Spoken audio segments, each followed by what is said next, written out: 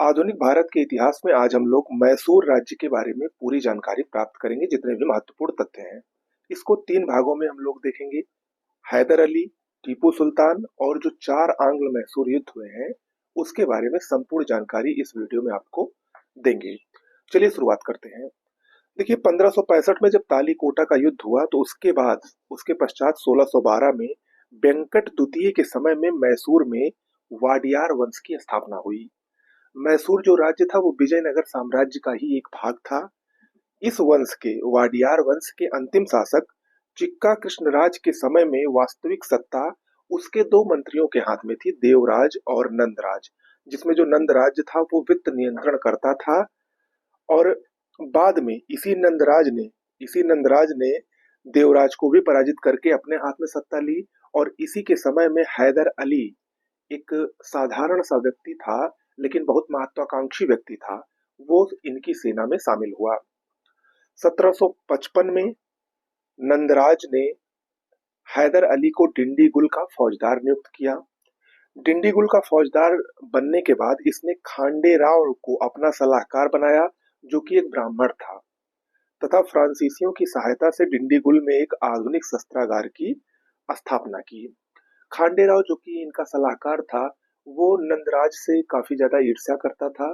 तो उसने नंदराज के खिलाफ षड्यंत्र करना शुरू किया, उसको मरवाने का एक प्रकार से कहें तो प्लान बनाना शुरू किया। इसी बीच में हैदर अली ने अपनी राजधानी मैसूर से श्रीरंगपट्टनम को स्थानांतरित कर दी और नंदराज को मारकर 1760 में स्वयं को मैसूर का शासक घोषित कर दिया। यानी 1760 में हैदर अली मैसूर का सर्वे सर्वा हो गया। तांबे और सोने के सिक्कों पर हैदर अली के जो तांबे और सोने के सिक्के हैदर अली ने चलाए थे, उस पर शिव, पार्वती और विष्णु की मूर्ति भी अंकित थी। अंग्रेजों को पराजित करने वाला दक्कन के भारतीयों में पहला व्यक्ति हैदर अली ही था। कब उसने पराजित किया था, अभी थोड़ी देर बाद देखेंगे हम लोग। प्रथम आंग्ल मैसूर युद्ध में जो अंग्रेजों की पराजय हुई थी, अंग्रेजों की अजेयता को समाप्त किया था, तो वो किसने समाप्त किया था? वो हैदर अली ने ही समाप्त किया था, क्योंकि प्रथम आंग्ल मैसूर युद्ध में अंग्रेज हारे थे, जिसको अभी हम लोग थोड़ी देर बाद देखेंगे। ओके, हैदर अली के बाद टीपू सुल्तान को देख लेते हैं। ये भी बहुत महत्वपूर्ण शासक था। टीपू सुल्तान ने 1787 में बादशाह की उपाधि धारण की और अपने नाम से सिक्के चलवाए। वर्षों तथा महीनों के हिंदू नामों के स्थान पर इसने अरबी नाम का प्रयोग किया। किसने? टीपू सुल्तान ने। टीपू सुल्तान प्रथम भारतीय शासक था जिसने प्रशासनिक व्यवस्था में पाश्चात्य प्रशासनिक व्यवस्था लागू किया, यानी जो वेस्टर्न थी उसको लागू किया, उस व्यवस्था पद्धति को इसने लागू किया। फ्रांसीसी क्रांति से प्रभावित होकर श्रीरंगपट्टनम में, याद रखिएगा बहुत महत्वपूर्ण है, श्रीरंगपट्टनम में जैकोबिन क्लब की स्थापना की। किसने? टीपू सुल्तान ने। और श्रीरंगपट्टनम में फ्रांस और मैसूर की मैत्री के प्रतीक स्वतंत्रता का वृक्ष लगाया। उस समय फ्रांस और मैसूर राज्य के बीच में काफी अच्छी मित्रता थी, जिसका प्रतीक के रूप में उसने एक स्वतंत्रता का वृक्ष कहाँ लगाया? वहीं श्रीरंगपट्टनम में ही। ओके, तो ये 2 बातें अक्सर पूछी जाती है, याद रखिएगा। इसके अलावा उसने विभिन्न देशों से मैत्री संबंध स्थापित करना चाहा, जिसके लिए उसने अरब, काबुल, मॉरिशस और कुस्तुनतुनिया में दूत मंडल भी भेजा था। 1796 में उसने नौसेना बोर्ड का भी गठन किया। टीपू सुल्तान ने अपनी सेना को मजबूत करने के लिए, सभी सेनाओं को मजबूत करने के लिए काफी अच्छे कदम उठाए, जिसमें जल सेनाओं में उसने फ्रांसीसी लेफ्टिनेंट रियो को नियुक्त किया। पुरनिया व कृष्णराव उसके 2 प्रमुख हिंदू मंत्री थे, जिससे ये पता चलता है कि उसने हिंदू मुस्लिम के बीच में कोई भेदभाव नहीं किया। शारदा देवी की मूर्ति स्थापना के लिए उन्होंने दान भी दिया। इसे दुनिया का पहला रॉकेटमैन भी कहा जाता है। दुनिया की पहली मिसाइल का निर्माण टीपू सुल्तान ने ही किया था, इसलिए इसको पहला रॉकेटमैन भी कहा जाता है। थॉमस मुनरो के अनुसार टीपू नई रीति चलाने वाली एक अशांत आत्मा है। किसने कहा था? थॉमस मुनरो का एक बहुत ही प्रसिद्ध कथन है ये, याद रखिएगा, परीक्षा में पूछा जा सकता है। ओके, तो हैदर अली और टीपू सुल्तान के बारे में इतनी बातें आपको जरूर जाननी चाहिए। अब हम लोग आते हैं आंग्ल मैसूर युद्ध की तरफ। देखिए कुल 4 आंग्ल मैसूर युद्ध हुए हैं, जिसमें पहला आंग्ल मैसूर युद्ध ये एक प्रकार से कहे तो हैदर अली ने जीता और शेष 3 आंग्ल मैसूर युद्ध में अंग्रेजों की विजय हुई है। ओके, तो चलिए चारों आंग्ल मैसूर युद्ध के बारे में जान लेते हैं, प्रमुख संधियां उसमें क्या हुई और उसमें के समय गवर्नर जनरल क्या था, या और जो भी महत्वपूर्ण बातें हैं वो सभी हम लोग जल्दी से देख लेते हैं। सबसे पहले बात करते हैं प्रथम आंग्ल मैसूर युद्ध की। 1767 से 1769 के बीच में अंग्रेज और हैदर अली के बीच में हुआ। इस समय गवर्नर लॉर्ड वेरलेस्ट था। इस युद्ध का कारण था हैदर अली की फ्रांसीसियों से मैत्री, जो कि अंग्रेजों को पसंद नहीं आई, जिस कारण ये प्रथम आंग्ल मैसूर युद्ध हुआ। इसका परिणाम ये रहा कि हैदर अली की इसमें विजय हुई और हैदर अली की विजय के समय ही मद्रास की संधि हुई। मद्रास की संधि अंग्रेजों को मजबूर होकर करनी पड़ी 1769 में। इस संधि में कैदियों की अदला बदली हुई, यानी एक दूसरे के द्वारा जो कैद किए गए कैदी थे उनको वापस किया गया और विजित क्षेत्रों की भी अदला बदली हुई। अंग्रेजों द्वारा हैदर अली को दूसरी शक्तियों से सहायता का वचन भी इस संधि के अंतर्गत किया गया। और मैंने अभी आपको थोड़ी देर पहले बताया था कि इस युद्ध ने अंग्रेजों की अजेयता को भी समाप्त कर दिया। जो अभी तक अंग्रेज विजयी ही होते आए थे, इस युद्ध में हार के बाद उनकी अजेयता भी समाप्त हो गई। इसके बाद द्वितीय आंग्ल मैसूर युद्ध पर आते हैं। बहुत महत्वपूर्ण है ये। 1780 से 1784 के बीच द्वितीय आंग्ल मैसूर युद्ध हुआ। अंग्रेज और हैदर अली और टीपू सुल्तान दोनों के बीच में। क्यों हुआ था? क्योंकि इसी युद्ध के बीच में ही हैदर अली की मृत्यु हो गई थी और उसके पश्चात टीपू सुल्तान ने इस युद्ध को आगे जारी रखा था, इसीलिए ये युद्ध दोनों के बीच में हुआ था। इस समय गवर्नर कौन था बंगाल का? वारेन हेस्टिंग थे। इस युद्ध का कारण क्या था? इस युद्ध का कारण यही था कि जो मद्रास की संधि में अंग्रेजों ने वचन लिया था कि हैदर अली को जो बाहरी शक्तियां हैं उनसे सहायता दी जाएगी, तो अंग्रेजों ने उसका पालन नहीं किया, जिसके कारण मद्रास की संधि हुई। जिसके कारण द्वितीय आंग्ल मैसूर युद्ध हुआ।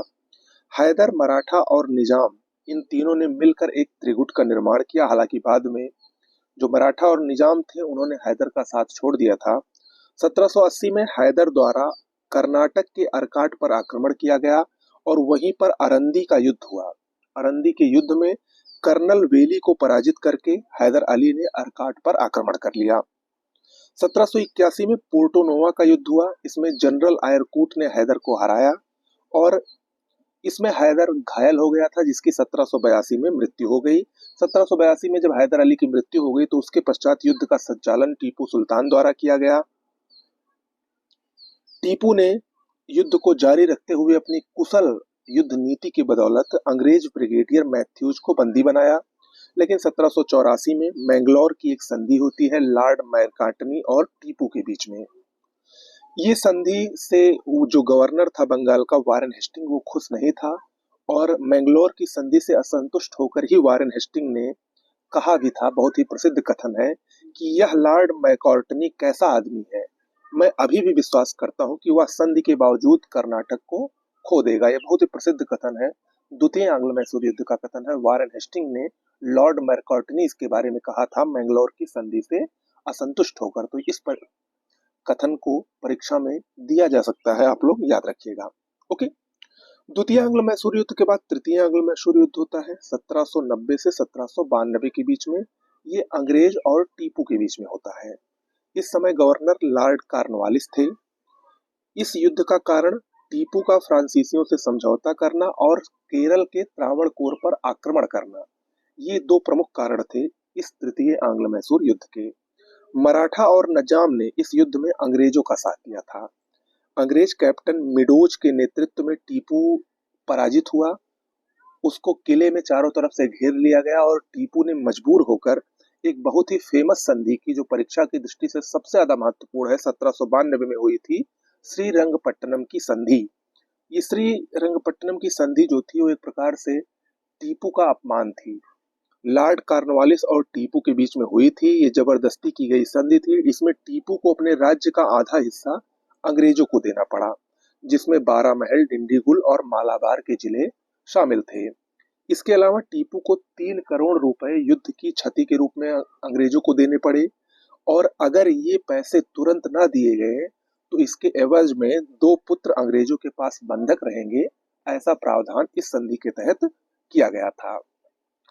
इस संधि को करने के बाद ही लॉर्ड कॉर्नवालिस ने एक बहुत ही प्रसिद्ध कथन कहा था कि हमने अपने मित्रों को अधिक भयानक बनाए बिना ही अपने शत्रु को फलदायक रूप से लंगड़ा कर दिया है। ये किसका कथन है? लॉर्ड कॉर्नवालिस का तृतीय आंग्ल मैसूर युद्ध की श्रीरंगपट्टनम की संधि के बाद दिया गया स्टेटमेंट है। ओके। कॉर्नवालिस के बाद एक गवर्नर जनरल आया, सर जॉन सोर। उसने मैसूर के प्रति अहस्तक्षेप की नीति अपनाई थी। इसी कारण सर जॉन सोर को अहस्तक्षेप नीति का जन्मदाता भी कहा जाता है, कई बार पूछा गया है। इसके बाद चतुर्थ आंग्ल और अंतिम आंग्ल मैसूर युद्ध की तरफ हम बढ़ते हैं, जो कि 1799 में हुआ था टीपू और अंग्रेज के बीच में। इस समय गवर्नर लॉर्ड वेलेजली था। दो बहुत ही महत्वपूर्ण युद्ध हुए। जनरल स्टुअर्ट ने सदासीर के युद्ध में और जनरल हेरिस ने मलावली के युद्ध में टीपू को हराया और टीपू की मृत्यु हो गई। टीपू की मृत्यु के बाद मैसूर की गद्दी पर वाडियार वंश के 2 वर्ष के बालक कृष्णराज को बैठाया गया और उसको बैठाकर अंग्रेजों ने मैसूर को अपने संरक्षण में ले लिया। यानी अपने संरक्षण में ही उस कृष्णराज को शासक बनाया गया। वेलेजली को मार्क्विस की उपाधि मिली। वेलेजली ने युद्ध जीतने के बाद कहा कि अब पूरब का राज्य हमारे कदमों में है। इस प्रकार मैसूर को ब्रिटिश ने अपने संरक्षण में लिया और अपना अंग बना लिया, अपने ब्रिटिश साम्राज्य का अंग बना लिया। ठीक है। तो ये मैसूर की पूरी कहानी थी, जो कि बहुत ही महत्वपूर्ण है। अक्सर इस पर हम लोग कम ध्यान देते हैं और परीक्षा में ऐसे ही प्रश्नों को उठा लेता है, इस टॉपिक से ही प्रश्नों का, ऐसे ही टॉपिक से प्रश्नों को उठा रहा है, जो कि अक्सर हम लोग छोड़ देते हैं। तो इसके बाद हमको नहीं लग रहा है मैसूर के चैप्टर्स में आपको कोई, मैसूर के इस टॉपिक में आपको कोई कंफ्यूजन होने वाली है। तो इसको अच्छे से पढ़ लीजिएगा। ओके, नमस्कार।